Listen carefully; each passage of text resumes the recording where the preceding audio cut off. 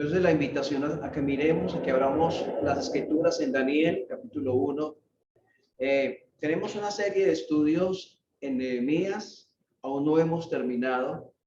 He querido hacer un paréntesis en el día de hoy y tocar un tema independiente del que hemos estado tocando los días de oración, los miércoles, que hemos estado estudiando Nehemías. Hoy quiero que tratemos un poco de Daniel. Es una reflexión pequeña, pero que el Señor hable a nuestro corazón. Daniel, capítulo 1, dice, versículo 1.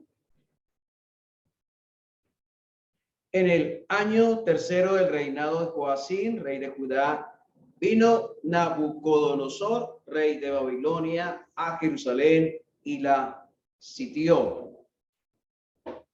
Y el Señor entregó en sus manos a Joacín, rey de Judá, parte de los utensilios de la casa de Dios, y los trajo a tierra de Sinar, a la casa de su Dios, y colocó los utensilios en la casa del tesoro de su Dios.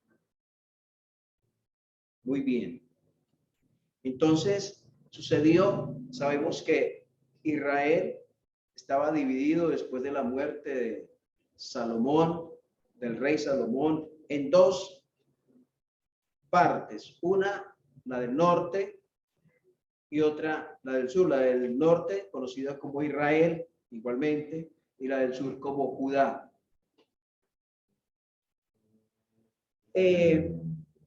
Por su pecado, el reino del norte había sido ya trasladado para el tiempo que estamos leyendo Daniel capítulo 1.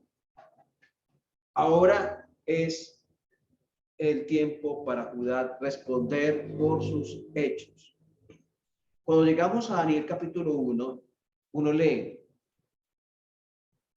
en el versículo 2, y el Señor entregó en sus manos a Joacín, rey de Judá. Uno puede decir, bueno, ¿qué fue lo que sucedió? ¿Cómo así que el Señor Dios entrega a su pueblo, al rey y a su pueblo en manos de una persona, un enemigo del pueblo de Dios? ¿Por qué Dios hace eso? Y es porque estamos leyendo Daniel capítulo 1, pero la historia no comenzó en Daniel capítulo 1. La historia comienza mucho tiempo atrás, cuando el pueblo de Dios persiste en su pecado. Cuando el pueblo de Dios está de ídolo en ídolo. Usted puede mirar, para tener un contexto más amplio, segundo libro de Reyes, capítulo 21, capítulo 22, capítulo 23, capítulo 24. Y por ejemplo, el segundo libro de Reyes, capítulo 21, habla de Manasés. Y dice la Biblia que Manasés hizo lo malo delante del Señor, a tal punto que ofreció a su propio hijo a un Dios. Lo sacrificó, lo usó como sacrificio para un Dios, no para Dios, no, para un Dios. Eso lo hizo Manasés. Y cuando vemos, creo que es segundo libro de Reyes, capítulo 24, que habla de Joacín, dice que él hizo lo malo ante los ojos de Jehová.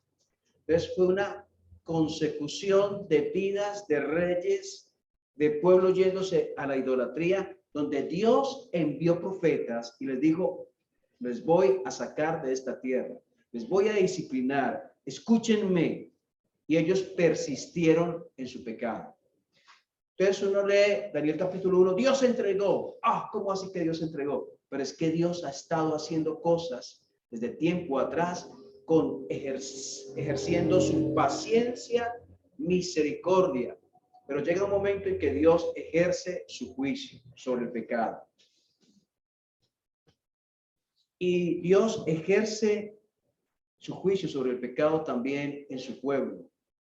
No en el sentido de la salvación, sabemos que no, sino en el sentido de que Dios permita cosas que van a causar dolor a nuestra vida, porque no hemos escuchado la voz de Él. Porque Dios ha hablado, ha enviado su mensaje y nosotros hemos desoído a Dios. Ha llegado a nuestro oído su voz, pero no a nuestro corazón. Bueno, pero ¿cómo así que Dios entregó? Si usted mira ese mismo versículo en la Biblia, Nueva Versión Internacional, dice, Dios, el Señor permitió, no es entregó, sino permitió. O sea, la idea es no que Dios coge a su pueblo y le dice, aquí están, lléveselos, sino que Dios tiene protegido a su pueblo contra los enemigos alrededor, y lo que hace Dios es quitar esa protección, de manera que quedan vulnerables a cualquier ataque del enemigo. Y pienso lo que pasa con el pecador en 1 Corintios capítulo 5, donde Pablo dice, el tal se ha entregado a Satanás. De alguna manera, la iglesia ejerce su autoridad y esa protección de Dios que está sobre ese hijo de él es quitada. Entonces, sigue diciendo, sigamos en el versículo 3. Y dijo el rey a Aspenas, jefe de sus eunucos, que trajese de los hijos de Israel, del linaje real de los príncipes, muchachos, en quienes no hubiese tacha alguna, de buen parecer, enseñados en toda sabiduría, sabios en ciencia y de buen entendimiento, e idóneos para estar en el palacio del rey, y que les enseñase las letras y las lenguas de los caldeos. Parece que los cautivos que fueron llevados fueron unos 10,000, y los que fueron llevados a Babilonia eran militares, eran personas de alto rango de la casa del linaje real. Los que quedaron allí en tierra de Judá fueron los más pobres, los de clase social tal vez más baja, pero los demás fueron llevados, incluyendo los de la linaje real. Y allí estaba Daniel. Dice versículo 5, y le señaló el rey ración para cada día de la provisión de la comida del rey, del vino que él bebía, y que los criase 3 años, para que al fin de ellos se presentasen de delante del rey. Entre estos estaban Daniel, Ananías, Misael, Azarías, de los hijos de Judá. A estos el jefe de los eunucos puso nombres, puso a Daniel, Belsasar, Ananías, Sadrach, a Misael, Mesac, y Azarías, Abednego. Y Daniel propuso en su corazón no contaminarse con la porción de la comida del rey, ni con el vino que él bebía. Pidió por tanto el jefe de los eunucos que no se le obligase a contaminarse, y puso Dios a Daniel en gracia y en buena voluntad con el jefe de los eunucos. ¿Quién era Daniel y sus amigos? Eran personas, ¿qué dice el versículo 4? Eran, sí, pero eran muchachos, eran jóvenes. Y yo quiero que miren una cosa acá. El entorno en que se crió Daniel no fue un entorno espiritual. Recuerden por qué fue llevado el pueblo de Babilonia. Porque precisamente hablando del pueblo, la gran mayoría, no vamos a decir que todos, porque siempre Dios tiene un remanente, pero la gran mayoría de ese pueblo tenía ídolos, vivían sus vidas de pecado en pecado. Eso hacía la mayoría. Pero lo interesante acá es que a pesar de ese entorno social contaminado, dañado, habían jóvenes como Daniel que su corazón no se había rendido. Y cuando Daniel se enfrenta a esta nueva situación en otra tierra, en otra cultura, donde adoran dioses y no es el Dios real y verdadero, Daniel tiene un propósito en su corazón. Cuando hay convicciones, mi entorno no determina mi devoción a Dios. Mi devoción a Dios es determinada por mis convicciones en la palabra de Él. Lo que Dios ha hecho en mi corazón, convenciéndome a través de su palabra. Daniel tenía todas las excusas para hacer lo que quisiera. Mis padres, mis abuelos, mis hermanos, mis amigos, todos adoran ídolos. ¿Por qué yo no? Ahora llegaba a otra tierra. ¿Por qué no? Si todos lo hacen, ¿por qué no? Porque a Dios no le agradaba.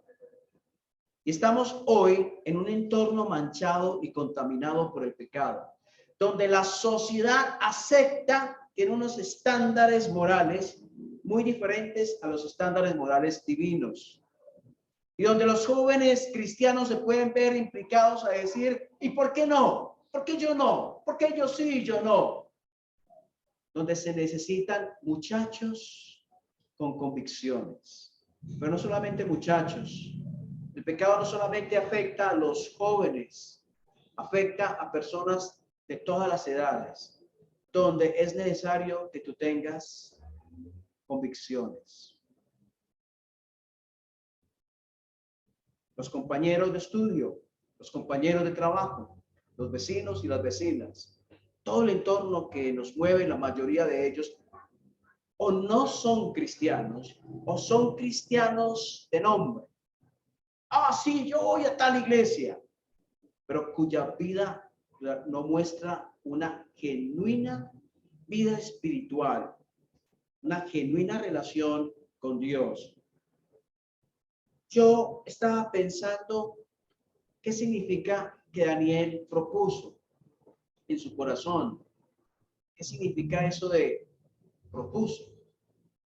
Y pienso en una palabra. No fui a ver el griego y todo, pero pensar en una palabra estaba determinado. Tenía algo que él dijo, pase lo que pase, tiemble lo que pase, yo lo voy a hacer. Daniel propuso en su corazón no contaminarse. Dijo no y no. Ah, qué deliciosa la comida que le está ofreciendo. No, no me importa. Yo voy a estar limpio para mi Dios. No me voy a contaminar. ¿De qué manera nosotros podemos contaminar hoy? Él dice, Daniel propuso en su corazón no contaminarse. Nosotros estamos proponiendo en el corazón no contaminarnos. ¿De qué manera te contaminas tú? ¿Te contaminas con lo que ves? ¿Cierto? ¿Sí o no? No. Te contaminas con lo que escuchas. Por eso dice la Biblia, las malas conversaciones corrompen las buenas costumbres. Te contaminas con lo que está acá. Creo que fue Martín Lutero que dijo, no puedes evitar que las aves vuelen sobre tu cabeza, pero sí puedes evitar que hagan nido sobre ella. Daniel propuso en su corazón no contaminarse. La pregunta es, ¿tú has propuesto en tu corazón no contaminarte? Ah, yo voy donde es que mis compañeros de trabajo son muy groseros y el doble sentido está desde por la mañana hasta por la tarde. ¿Cómo vas a cumplir este versículo para ti? ¿Cómo vas sabiendo el entorno que tienes, que son charlas de doble sentido, que son palabras groseras, van y vienen, que son cosas sucias que tú sabes que están sucias? ¿Cómo vas a mantenerte sin contaminar? ¿Es posible? Yo creo que si fue posible para Daniel en la situación que estaba, es posible para nosotros. Porque Daniel fue y lo hizo porque Dios estaba con él. Dios está con nosotros. ¿Seremos capaces de cumplir en medio de esa sociedad corrupta con no contaminarnos? ¿Y qué pasó? Él no se contaminó. ¿Y qué pasó? ¿Qué sucedió? Versículo 9. Puso Dios a Daniel en gracia y en buena voluntad con el jefe de los eunucos. Ya vemos ahí que Dios comienza a respaldar a Daniel. Cuando yo propongo en mi corazón, Dios me respalda. ¿Cómo más vemos el respaldo de Dios? Pues sigamos leyendo. Y dijo el jefe de los eunucos a Daniel, temo, tengo miedo a mi señor el rey, que señaló vuestra comida y vuestra bebida, pues luego que él vea vuestros rostros más pálidos que los de los muchachos que son semejantes a vosotros, condenaréis para con el rey mi cabeza. Entonces dijo Daniel a Belsar, que estaba puesto por el jefe de los eunucos sobre Daniel, Ananías, Misael y Azarías: te ruego que hagas la prueba con tus siervos. ¿Cuántos días? 10 días. Y nos den verduras, legumbres a comer y agua a beber. Compara luego nuestros rostros con los rostros de los muchachos que comen de la ración de la comida del rey, y haz después con tus siervos según veas. Consintió pues con ellos en esto y probó con ellos 10 días. Al cabo de los 10 días, pareció el rostro de ellos mejor y más. La palabra ahí parece ser más lleno de carne. O sea, más gorditos, más redonditos, más robusto que el de los otros muchachos que comían de la porción de la comida del rey. ¿Quién hizo eso? Las legumbres, las verduras. Dios. Dios los respaldó. Dios le respaldó a ellos la decisión que tenían. Comienza con disposición. Sigue la determinación. Entonces, versículo 16 dice: así pues Belsar se llevaba la porción de la comida de ellos y el vino que habían de beber, y les daba legumbres. ¿Qué pasó con ellos? ¿Qué hizo Dios? ¿Qué hizo Dios? Versículo 17: a estos 4 muchachos Dios les dio conocimiento e inteligencia en todas las letras y ciencias, y Daniel tuvo entendimiento en toda visión y sueños. Dios les dio lo que necesitaban para enfrentar la situación en la cual estaban. Fueron más sabios e inteligentes que el resto de muchachos. Todo comenzó porque le dieron primer lugar a Dios.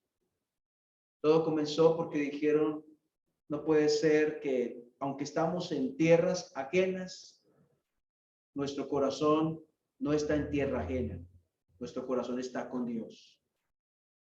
Aunque estamos en un lugar donde se adoran dioses, nuestro corazón no está rendido a esos dioses.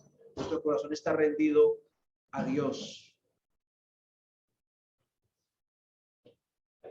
Como lo decía ahora, cuando hay convicciones, mi entorno no determina mi devoción a Dios. Cuando propongo agradar al Señor, Dios me respalda. Este propongo es determinado. Cuando determino agradar a Dios, Dios me da la sabiduría necesaria para afrontar las diferentes situaciones. No es apresurado servir a Dios desde la juventud. Servir a Dios desde la juventud es lo mejor.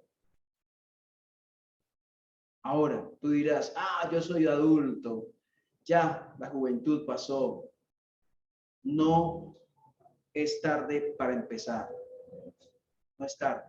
¿Cuándo empezó Moisés a llevar al pueblo de Israel por el desierto? Estaba en sus 80 añitos.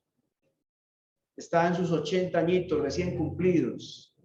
80 añitos recién cumplidos. Era un bebé. ¿Sí? Era un bebé Moisés cuando comenzó. No importa el tiempo, no importa la edad. Lo que sí debe ser es hoy, ahora, y no esperar más. Oremos. Señor, gracias. Tu palabra nos muestra como hombres y mujeres que estuvieron rodeados de basura, de idolatría, de porquería, de inclusive reyes que sacrificaron a sus propios hijos a los dioses, de prostitución idolátrica, de todo lo que contenía todas estas cosas. El pecado, el corazón humano yéndose desenfrenado hacia el mal. Y aún así, hombres y mujeres que dijeron: quiero vivir para mi Señor, quiero no contaminarme, lo voy a hacer, y lo lograron hacer por tu fuerza, no porque ellos tuvieran capacidades excepcionales diferentes a los demás, sino porque ellos tenían en su corazón convicciones que les dieron la fuerza para tomar decisiones. Señor, ayúdanos a nosotros a estar comprometidos en determinaciones, en decisiones, en propuestas en nuestro corazón de hacer tu voluntad y no contaminarnos, ni con lo que pensemos, ni con lo que diremos, ni con lo que digamos o con lo que escuchemos, sino vivir para ti cada día. Dios, oramos que nos ayudes a servirte y a honrarte, sea que seamos unos muchachos o sea que seamos los más adultos, no importando la edad, a servirte a ti cada día. Oramos en el nombre del Señor Jesús. Amén.